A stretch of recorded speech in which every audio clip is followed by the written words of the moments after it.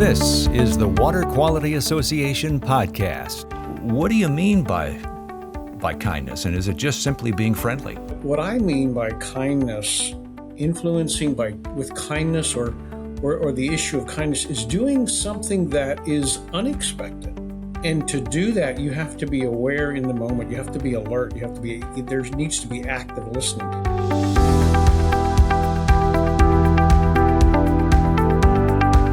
That's Doug Raymer talking about the value of kindness when it comes to customer service. And welcome to the podcast from the Water Quality Association, the leading voice of the residential, commercial, and industrial water treatment community. I'm Wes Bleed. Find us at WQA.org. Be sure to like and subscribe to the podcast and share it with someone on your team. And as a reminder, you can watch our podcasts on YouTube. In this episode, I'm joined by longtime water treatment professional and former WQA board member Doug Raymer of Martin Water Conditioning in Pennsylvania. Doug recently spoke at the WQA convention on the topic of kindness and influence in business. And rather than simply replaying the presentation, we wanted to turn it into a broader conversation about culture, leadership, customer trust, and what really sets companies apart today.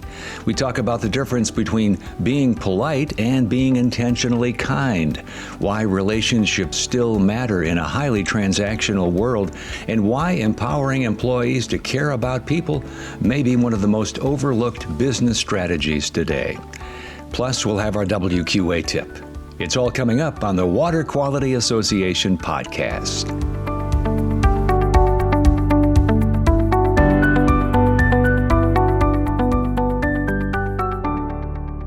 Hey, Doug, great to have you on the show. Thanks for joining us. It's been a little while since we've talked, and so good to touch base. Yeah, well, thanks for the invitation. It's good to see you again, and I'm glad to be here today. Well, when I heard that you had presented on kindness at convention and I wasn't able to be there, I thought this sounds like a great topic for the podcast, and especially for those who could not attend convention and missed the presentation altogether. We wanted to get your sense of kindness and influence and how that can all apply to the water treatment industry, and specifically, I would imagine, dealers, right? The people on the front lines. Correct. So let's begin with kindness in and of itself in a business setting. What do you mean by kindness, and is it just simply being friendly? Well, so being friendly and being polite, that's expected, right? That's what you do in business. We do that every day. We're expected to be kind. We're expected to be friendly and polite. But what I mean by kindness, influencing with kindness or the issue of kindness is doing something that is unexpected. And to do that, you have to be aware in the moment. You have to be alert. There needs to be active listening. And unfortunately, I would say that we're a dealer, the act of just doing a follow-up, maybe we would make a sale and we would go back and follow up and say, Mrs. Jones, do you have any questions? Are there any, let me test the water. Let me make sure it's working properly. Sometimes that's viewed as kindness because we cared about the customer, and that shouldn't be considered what we're talking about today. But in our industry, that's often the way it's viewed. But it is something, what I'm talking about when I say kindness, it's doing something that's out of the ordinary, that's not expected, where you feel cared for. And how do you see this working out in terms of differentiation and being unique out there in the service industry? So I would say it this way, small business, private equity, corporate America, large business, we're all in the business to make a profit, right? And you must have efficiency. Being extraordinarily kind and being attentive to what the customer's needs are, that's rare. And that's what makes it different. That's what sets you apart, because it's hard in that it requires you paying attention. It's easy to be transactional and say, I'm going to go in, do my thing, and leave. The relational side becomes more challenging. Even though we have social media today and all the connectivity, we feel less connected to others relationally, and sometimes that's hard to do. And so, if we master that, we become that becomes a differentiator for us. And I hear businesses ask sometimes. They'll say, "Well, what's your?" There's got to be something simple about how to grow quicker and faster, and there's got to be a process. And unfortunately, I would say, you know what? A lot of times, it's slow and boring. In other words, you do the kind things. There's not an immediate result, and it can become boring, but it's still the right thing to do with lasting results. Now, Doug, I can hear somebody, some questions going off in the minds of our listeners and viewers. And you mentioned efficiency, but if I'm going to stay behind and talk and be polite and listen to the customer, and I'm clearly Sure. exaggerating here, that's going to take more time. And that then I don't get to my next place on time, right? I mean, some of these, there's a bit of a There trade-off, certainly isn't there? is. Although I have found more than not, your customers are willing to pay for that.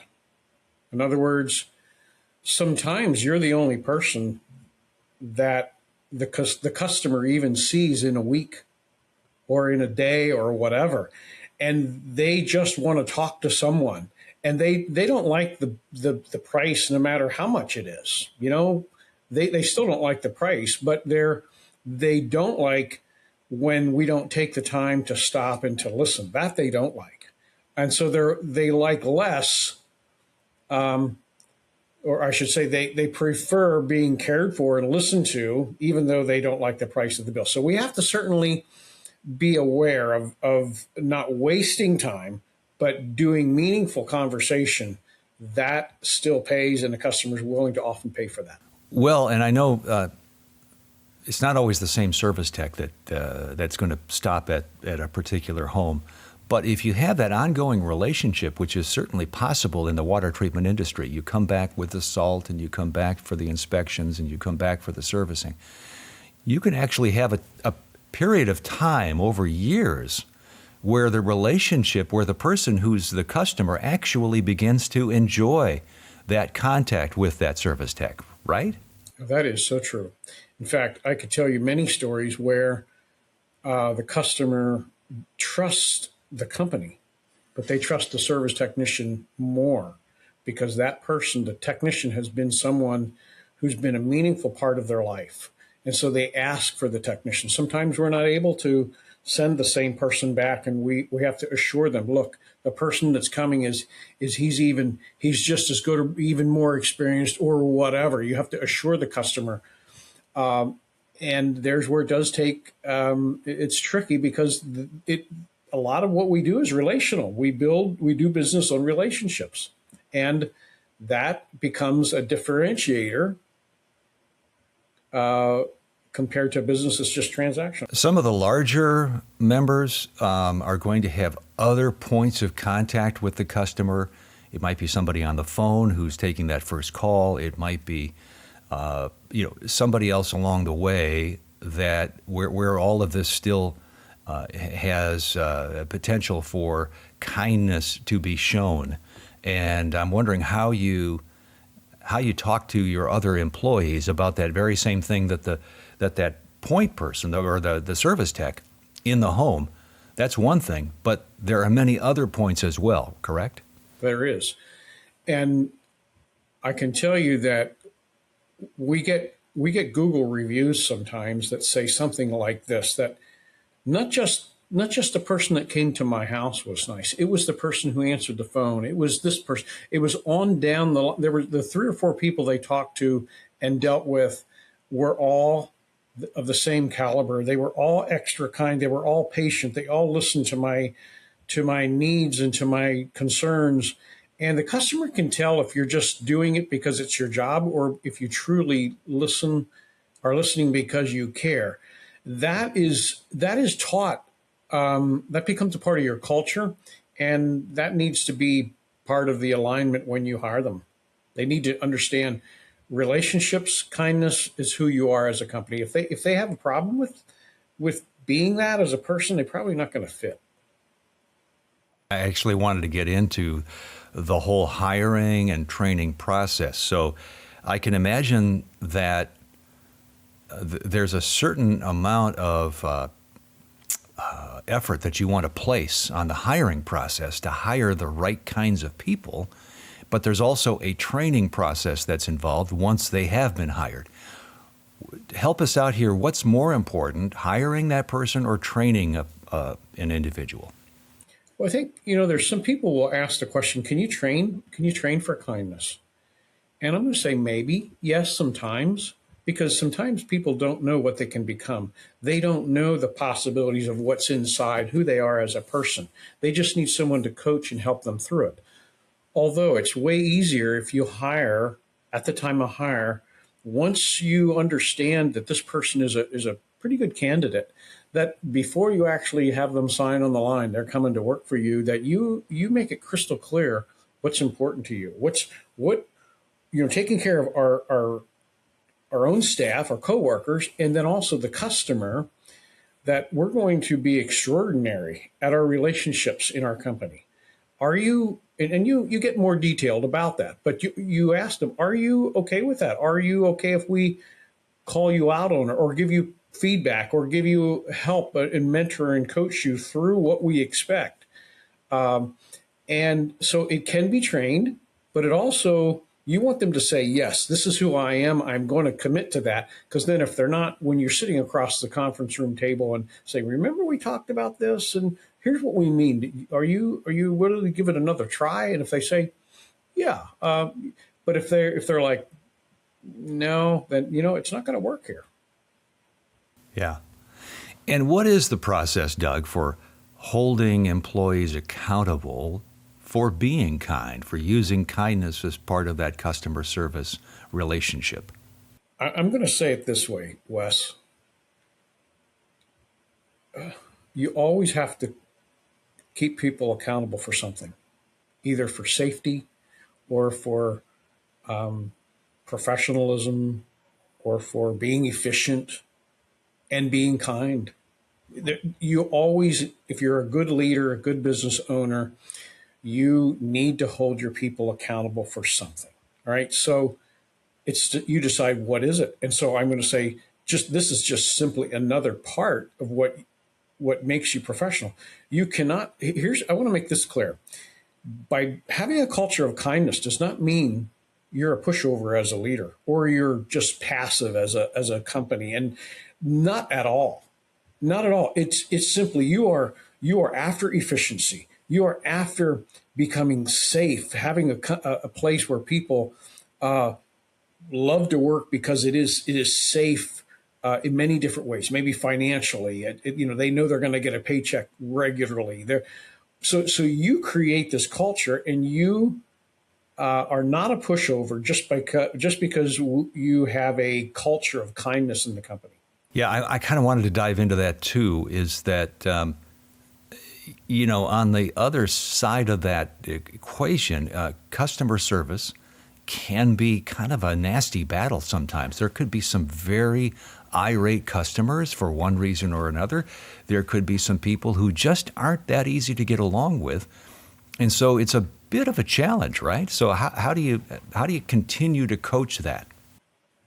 I would say it this way. 85% of the consumers are nice people. 85% of them. 10% of them are kind of hard to deal with them, and 5% are impossible. There's no way you can do anything to, those percentages aren't science behind that. But in general, if you're in this business or you're in any kind of business, really, where you're dealing with the consumer, if you're in the food business, the automotive, on and on and on, guess what? These rules apply to everything, not just the water industry. And so I think I would recommend, especially leadership and ownership, understanding we're in the water business, but that's the easy part. We can learn technically, we can learn everything we need to know about how to remove PFAs and lead and bacteria. Okay.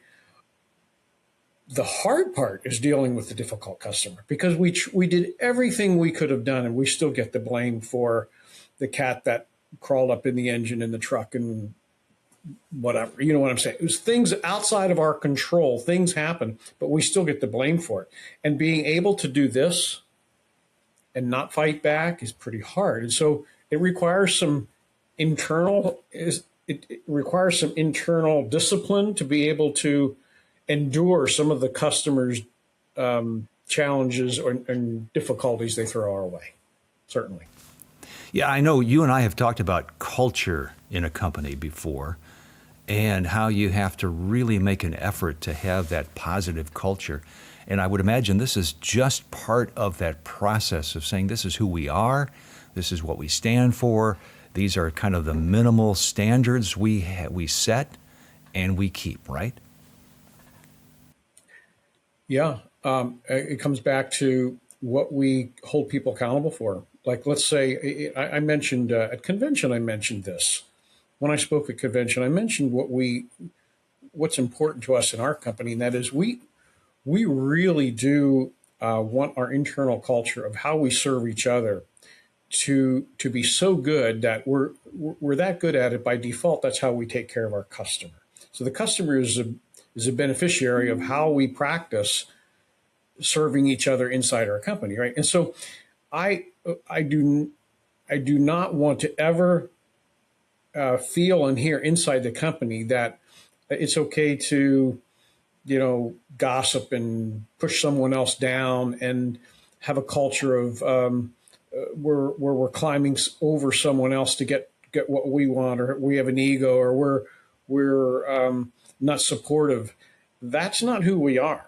And if we have a culture of kindness where we're doing things for others, that transcends then into how we take care of our customers, and the customers feel that. They say, "Oh, you actually enjoy what you do." Well, yeah. I mean, we probably should. We are going to do it for 40 years, so we should like what we do, right?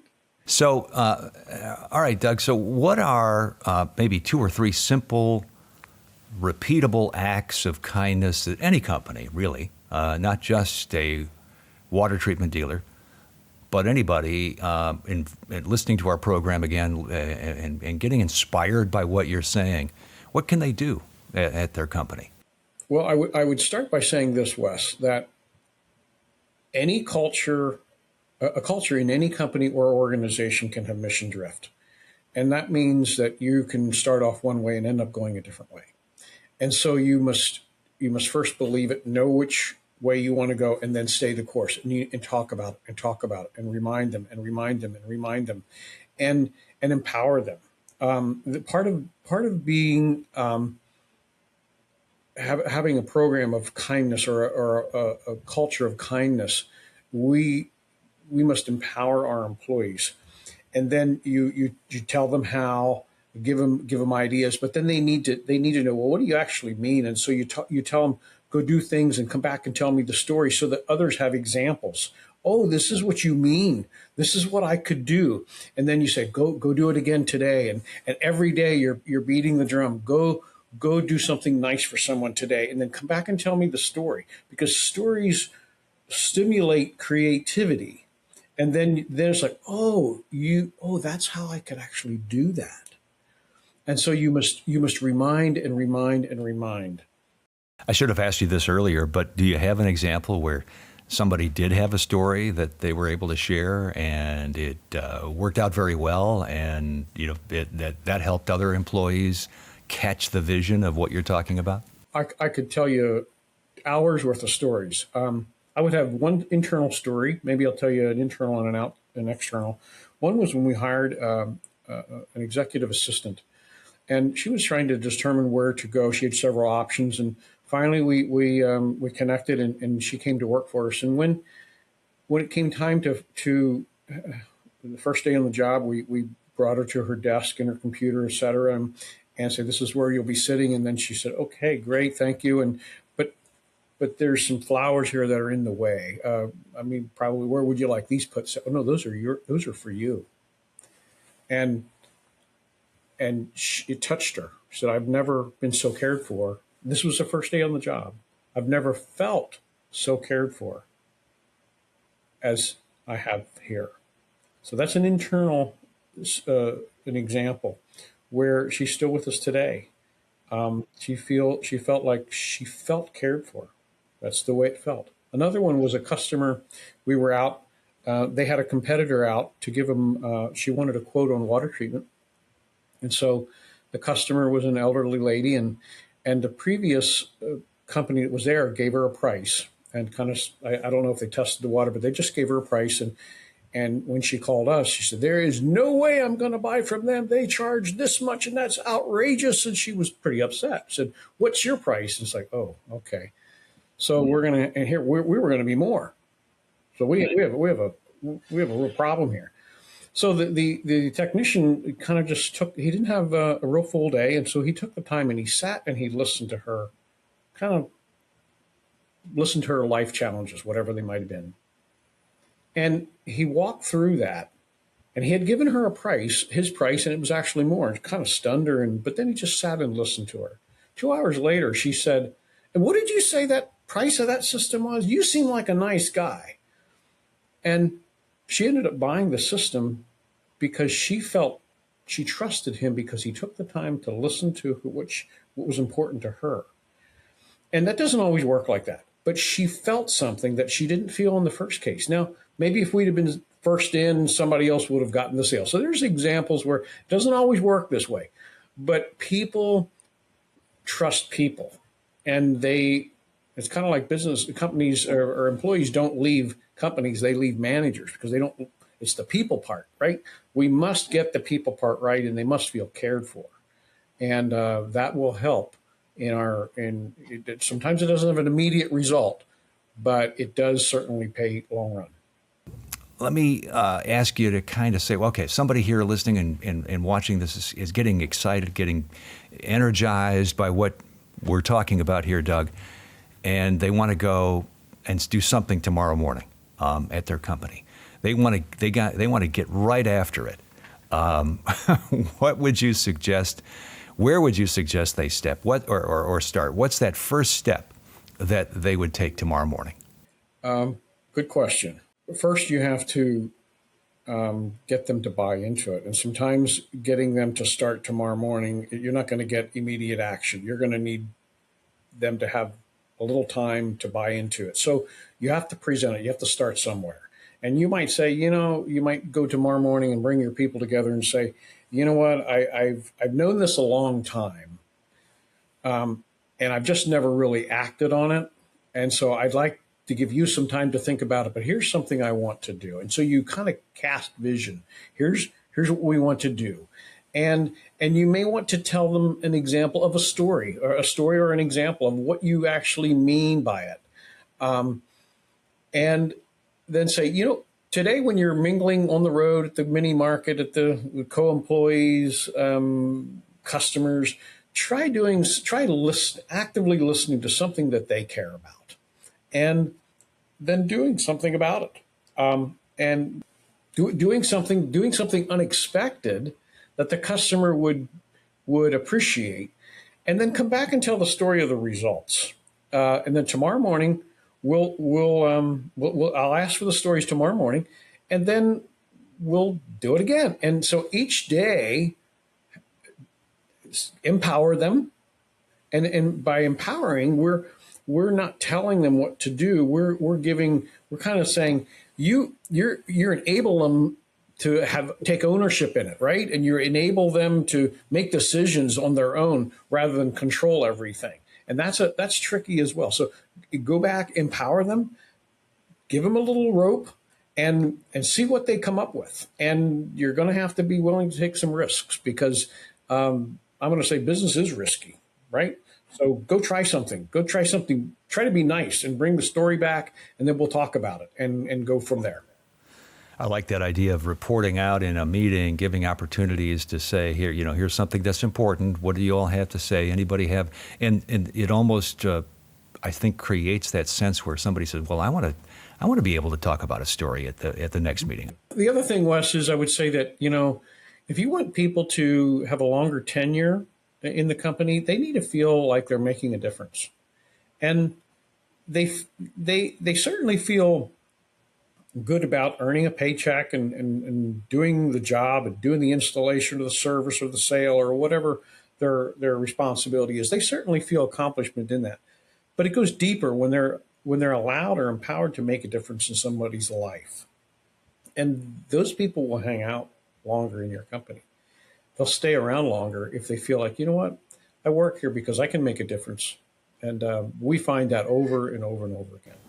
Yeah, great customer, or I should say great employee retention program. Correct. That is a residual of great customer service, and it all starts with kindness. Correct. Excellent. Doug, I want to thank you so much for joining us on the podcast. It's been my pleasure. Thanks, Wes.